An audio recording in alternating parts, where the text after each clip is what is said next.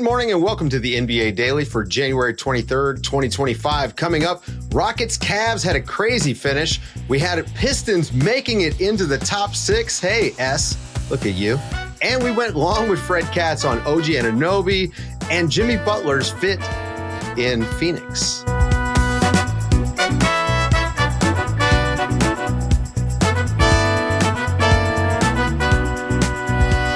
Good morning, everybody. Good morning, S. Morning. S, I'm fired up.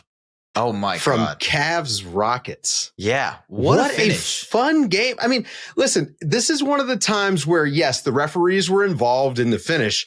Yeah. But it made it very exciting, I think, like in a certain way. Like it was chaotic. There was some theater to it. There was some theater. Yeah. Well, as break it down crazy for us, because there was a lot that happened. Sure. We had challenge calls. We had fouls that, I mean, I thought the foul against Jarrett Allen, I thought that was going to get reversed. Right. So give me the rundown, like just break down the last like minute and I think 6 seconds, right? Like, cause that's when the chaos started. Yeah, so obviously the Rockets went cold in that fourth quarter. That's what allowed the Cavs to storm back. I think they went like 5 minutes without scoring the ball. And so a couple of big Fred VanVleet threes got them into it. They kept the Cavs at bay. And it was like a minute 6 left. Sengun finishes over Jarrett Allen, then pushes Jarrett Allen over. They challenge that call. The refs determined nothing happened there. They're like, all right, no play, whatever. On the next possession down, Allen fouls Sengun on a loose ball, 2 free throws for the lead. Sengun goes to knock down both free throws, makes them both cold-blooded, right? Up 2. And then on the other end, the Rockets foul Darius Garland on a 3. Tari Eason steps in his landing space. They actually upgrade the foul to a flagrant foul. So 3 free throws plus the ball. And it should have been over. At that point, it's like Darius Garland, great free throw shooter. This is the end of the game. But no, Garland misses 2 of his 3 free throws. Cavs try to win it, lose it, and the Rockets survive. Insane. Tari Eason running off the court like he stole something. Yeah, like the Derek Fisher game winner, right? Was amazing. Like honestly, like this was one of these games where, and we've talked about the Rockets a lot. I mean, we've been really high on them. They're a lot of fun to watch. Amen Thompson, by the way, makes a clutch steal at the end of this game and creates this win. This team, like they have this vibe. Sam Amick has compared them to the bad boy Pistons a little bit, but in games like this, like there's something about the competitiveness that they have. Yeah, it's the chip isn't just negative. Like there's a fire that they play with, and especially defensively down the stretch. And that's part of why Tari Eason makes this mistake. I mean, this is an excellent closeout on a small guard, and this is what he's taught to do. I think Ime Udoka talked about this a little bit after the game. Like, you don't want to foul there, but like, I mean, they did everything kind of right on the play where he makes the foul. Yeah, he said, Coach Udoka actually said, like, you would rather a flyby closeout there than a hard closeout, which is part of kind of the minutia of closing out players who are such great at like 3-point shooting, especially with not a lot of time left on the clock, right? You would rather have a flyby contest than a hard closeout, because at the end of the day, like they're shooting that shot, right? Yeah. With Garland, I think the interesting thing, when Eason was going for that, he kind of leaned in a little bit to try to draw the foul, which is what most players do now when they are down 3, because they know that teams are typically going to try to foul up 3, or they're just, there's going to be a situation there where like there could be a foul called and refs are quick to call that foul.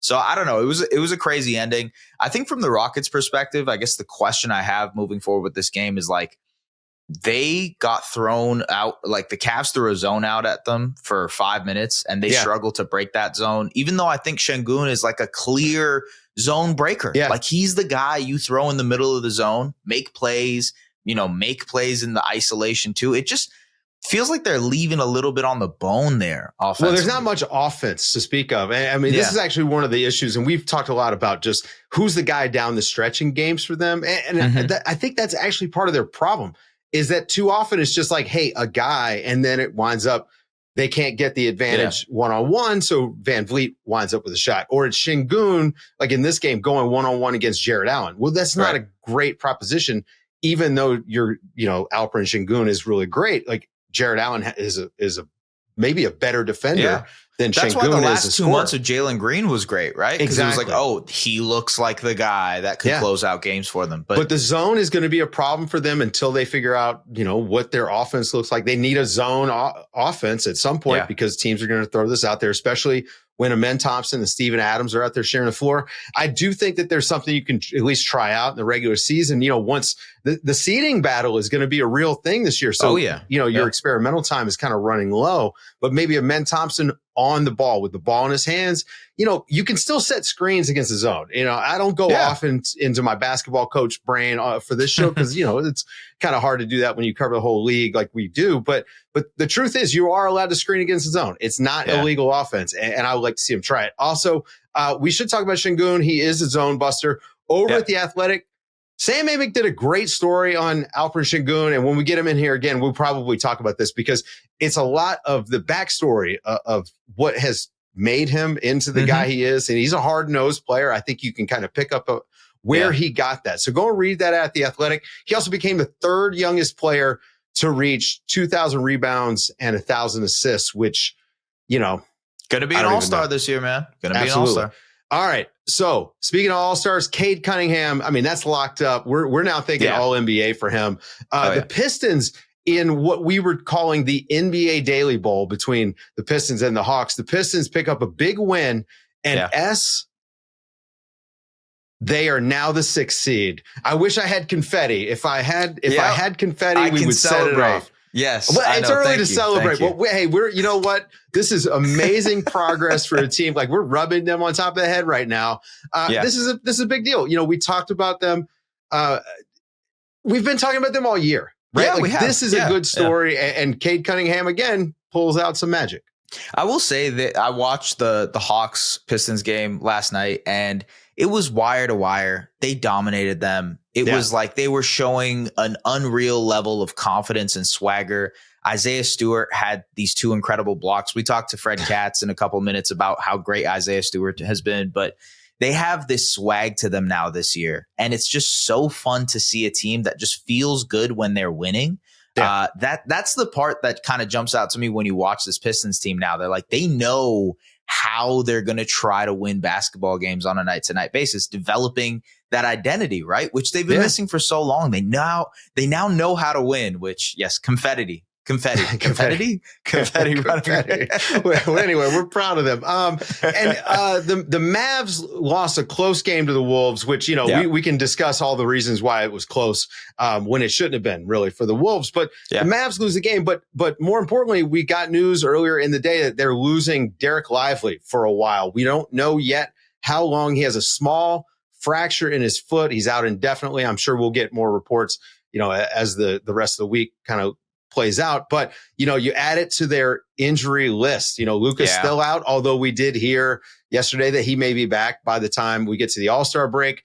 But the Mavs, to me, seem like a team that probably is confident that they can make a push to get to the top 6 and then make a run from there. Or even maybe repeat what they did a couple years ago and be, the 7 seed and make a run from there. They're built for the playoffs. So, are you nervous about them at all yet? Or I think Mavs fans are more nervous than I am. And I think, it's fair to be nervous given the fact that Luka is dealing with a calf issue and then Kyrie has this bulging disc and now Lively with the foot. It's like these are serious injuries that they're dealing with that could probably linger.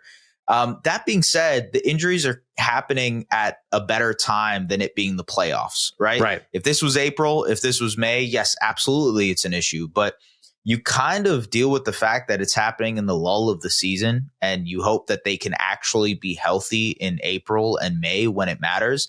Yeah. And to your point about the standings, if they're 6th or 7th and they end up facing the Rockets or Grizzlies, who are you favoring in that series? Fully healthy. I think the Mavs. Mavs, to me, they're just built to win in the playoffs. And I even think, you put them up against the Thunder and I still kind of like the Mavs. I'm not saying that I'd favor them over the Thunder, but I think I like that matchup quite a bit. I'll say this, Luka is so important to this team, and that's a given, right? Heliocentric offense, all that type of stuff. They're 4-11 so far without him. He got hurt in Christmas. I don't think that's necessarily as terrible as it seems. Yes, they've played a pretty tough schedule here with some like scheduled losses, but ultimately they have a pretty good infrastructure around him. Yeah. Daniel Gafford playing well. He's going to step up a lot with Lively out. PJ Washington, guys like that. Klay Thompson, obviously getting involved more. So I think they'll be okay. Yeah. That's my main consensus with the Mavs. I think they'll be okay. By the way, too much stuff happened last night. Too much. Shai Gilgeous-Alexander scored a career high 54 points. Yes. Last night. That's first his first 50 game. Ball. Yeah. Yeah. Yep. Every night in the NBA. And we also didn't even the most by a Canadian ever. Appreciate you, ass, always reminding us. Canadian pride, it's important. I'm just saying. Yeah, have to. And also, Jimmy Butler is going to be suspended apparently by the Miami Heat for another 2 games, taking the total amount of cash that he has lost to suspensions to $3.1 million. Is that correct, S? Yeah, $3.1 million. That is enough to get you Marcus Camby in 1999. That's amazing. For a full season. Wow. That's, what, 9 Former games of Jimmy player Butler. Of the year right there. You go. Yeah. Guys, stick around after the break. Fred Katz goes crazy. It's awesome. It's great. Stick around.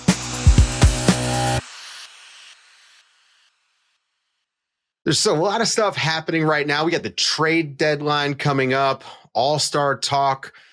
Somehow Fred Katz got OG Anunoby to sit down and watch film with him. And S being the biggest OG Anunoby fan in sports media that I know.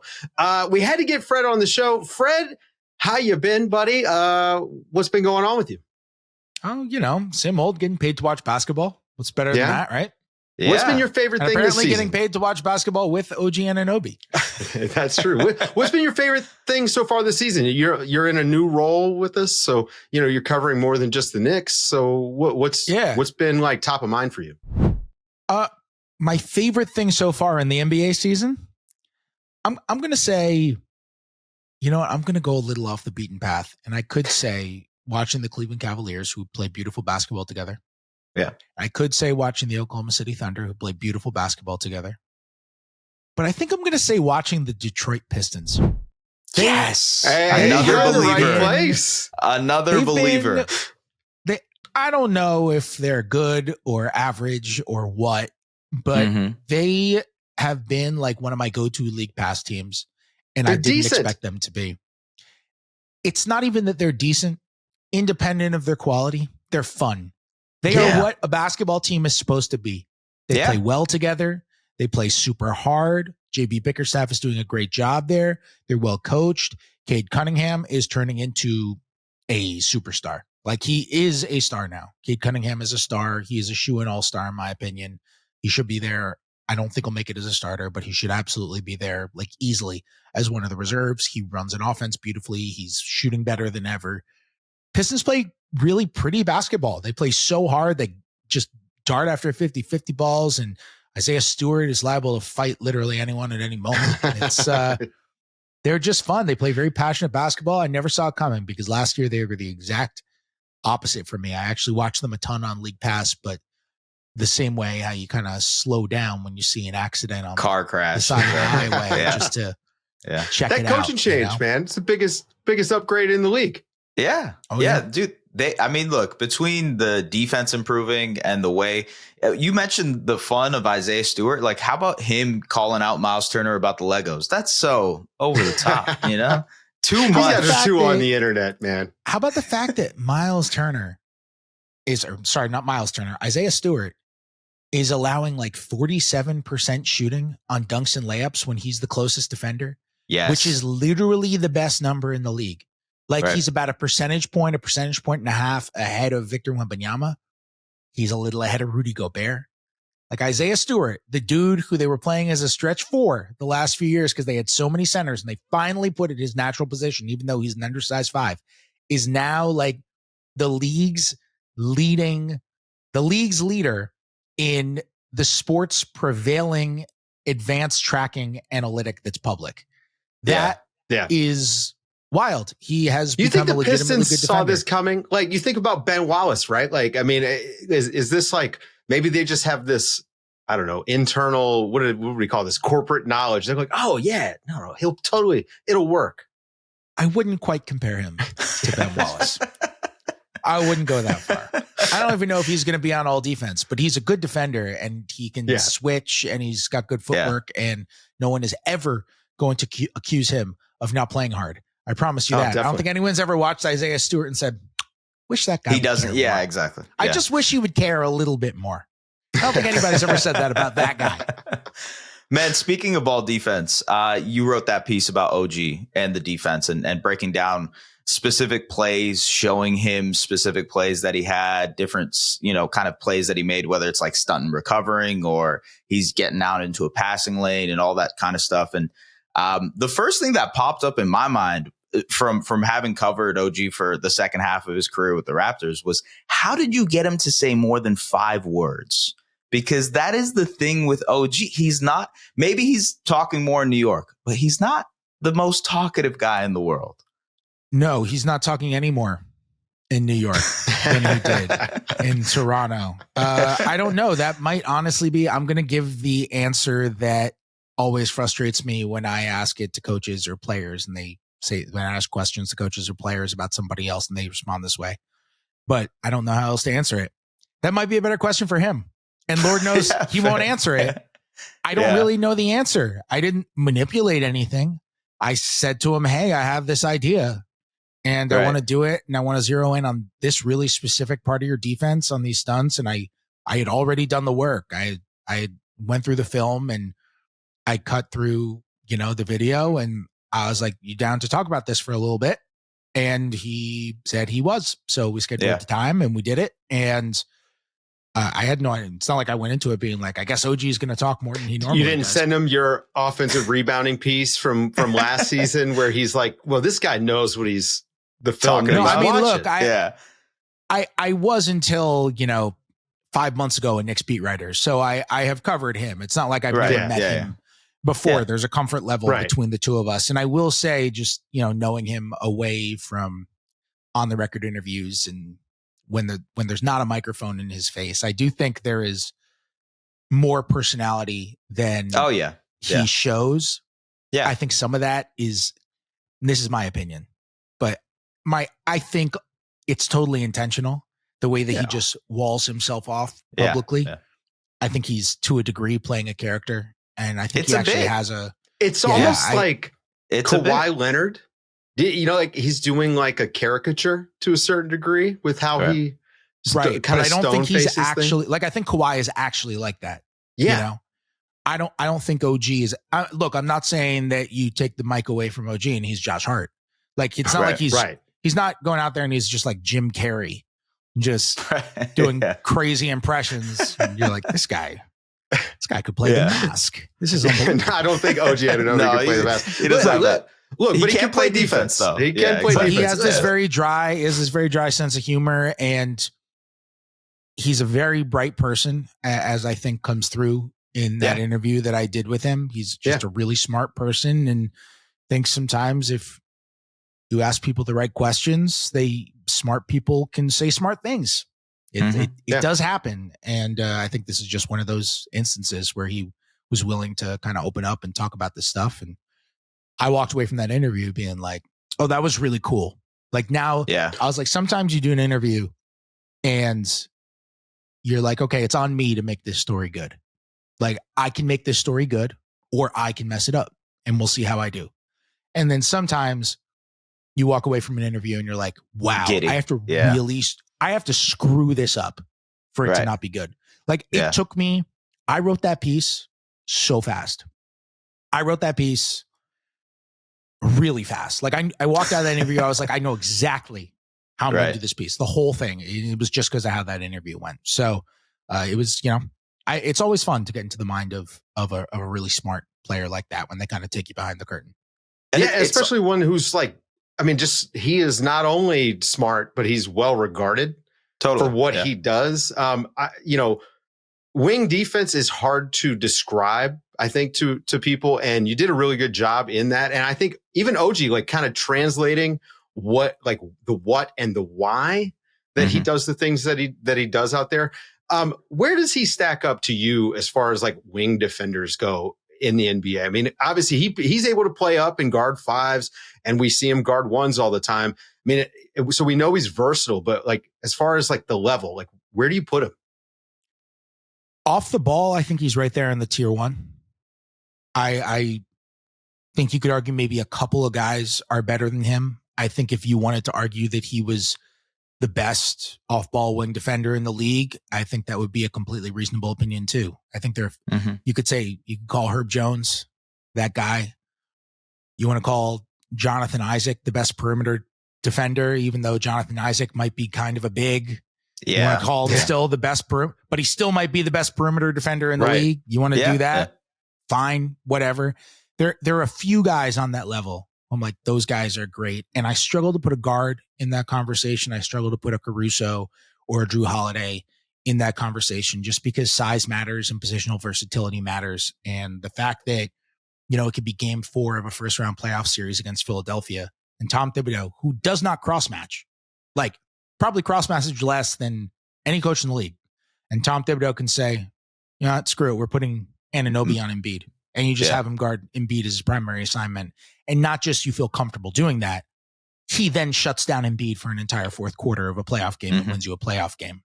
Like the fact that you can do that with OG Anunoby, there are very few wings who you can do that with. And then the next game, as the Knicks kid, you can come out having Anunoby guarding Tyrese Maxey. Yeah. That's not a thing. There are so few defenders in the league. There might be one defender in the league who can honestly do that. If you're going to say that Jonathan Isaac just couldn't do it from a Nets perspective because he doesn't start. So I think he's pretty extraordinary on the perimeter and is right up there. Forget if I said Herb Jones. I love watching Herb Jones defend. Herb is great. He's amazing. Dyson Daniels hasn't been healthy, incredible. but yeah. Dyson Daniels is incredible. But to me, what I really wanted to spotlight here was just how good OG is off the ball. Like we focus so much on ball defense. Like Dyson Daniels is such a pest on the ball, but off ball defense is harder to see. Takes more of a trained eye, and it's much more nuanced, and there are no good stats for it. There are just none. Yeah. At least not publicly. It's funny because I think when people think of OG's contract extension and consider obviously him to be an elite top tier role player, they're like, well, why is a guy like that getting that much money? And you break it down well. It's the defense. It's the otherworldly type of defense that he can do off ball. It was interesting because Jalen Williams brought up the idea of 2 Defensive Player of the Year awards, a wing Defensive Player of the Year and a big Defensive Player of the Year.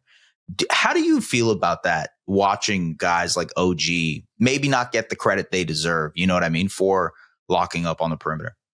I talked about that with Jalen Williams actually the day that podcast came out because I happened to be covering a Thunder game and I was in their locker room after the game and I mentioned it to him.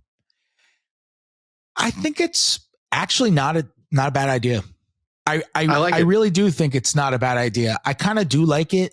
I don't know if you need 2 defense. Like I could see, a big man Defensive Player of the Year and a perimeter defender of the year. Like you could have Defensive Player of the Year that goes to the best defensive player, and you can go to perimeter defender of the year. The same way how you have an MVP in baseball that goes to the most valuable player, no matter position, but you also have Cy Young because a pitcher can win MVP and is eligible to MVP, but usually does not. It has to be a really down year for position players and extraordinary year for a specialist. Yeah. Right. And centers are kind of a specialist on defense. And I'm totally into the idea of having a perimeter defender of the year. I think that would be great. Why not? Look, the NBA added a new award, a new legitimately large award 3 years ago, Clutch Player of the Year. And I say legitimately large because it's like it is voted on by the media in the same way that all the other major awards are. And it is the dumbest award ever. Are you hearing me? Anyone in the league office, when you criticize the league office, you get the call immediately. You really are going to say that? I'm telling that is the dumbest award. It's a bad award in the history of awards. That is dumber than if the NBA gave out participation trophies. That is the dumbest. Clutch Player of the Year. Not saying clutchness doesn't exist But clutchness is an innate ability. And is somebody less clutch one year than they were the previous year? Are we really just going to measure it off of what you shot during what they call clutch time? Like, I kind of agree with this. I agree with that. It's so ridiculous. Take. That's a really perimeter good defender of the year. That would be way better. That would be good. Yeah. You could have real debate about that stuff. Although we would get some terrible votes in there. And so like, if we do that, I think we got to take away the names. Like we don't want those names to be public because, you know, you get some bad ones. Look, before we get you out of here. You have bad ones for everything. You can have bad ones for clutch player of the year. You know why? No one knows bad ones. No one knows that they're bad because it's a totally ridiculous thing that no one could actually have an opinion on. Yeah, it's so nebulous. It should just be a word. Cool guy of the year. I love that coolest guy. Who's the coolest guy? I actually would like cool guy of the year more than clutch player of the year. Cool guy of the year would be great. Cool guy of the year is Jared Allen every year. We can't like it's an award that we would name after him. So right, all right, Fred, but like you're not going to look at cool guy of the year and be like, can't believe someone voted for Saban Lee. Fred says he has 12 minutes and he has to get out of here. But Fred, you're hot right now. You're hot right now. I need to get this take before we get out of here. Give me your best Jimmy Butler on the Suns take, since it seems like this is going to be a done deal. Might even be a done deal before this podcast comes out. It depends on how they get there. Let's assume that Beal is going somewhere. And I don't know that it's a done deal, but let's assume that Beal is going somewhere and Jimmy's coming in and those 3 picks they got from Utah are going out. I just don't really see what it does other than lose the Suns more draft assets. And assuming they pay Jimmy Butler, assuming they give him a ton of money in a long-term extension, continue to lock up their future. They've got their 2032 pick that's going to be frozen because they're above the second apron. They're not going to have control of any of their own first-round picks all the way until beyond that. They're not going to have control of any of their second-round picks until then. So, like, I just don't see it. This team is 21-21. I did a story earlier than this week. I guess there'll be a different record by the time this podcast is over because they have Brooklyn tonight. But I did a story earlier this week on Phoenix, and I went into that story thinking, you know what? Everyone has covered the Suns like a circus. Everyone has gone there and been like, this place is on fire. Let's bring some damn gasoline and see what happens. And I felt like there wasn't a good enough narrative around like, okay, but how did the Suns get here? Like, how did the basketball end up like this? Right. Yeah, they're trying to get Jimmy Butler. And yeah, they're in this bad place with Bradley Beal. And yeah, they're 10th in the West. But they had to do something wrong as a basketball team in order to be 21-21. They had to disappoint on the court. How did they actually get here? That team right now defensively is not there. The rim protection is not great. We'll see what Nick Richards does for that.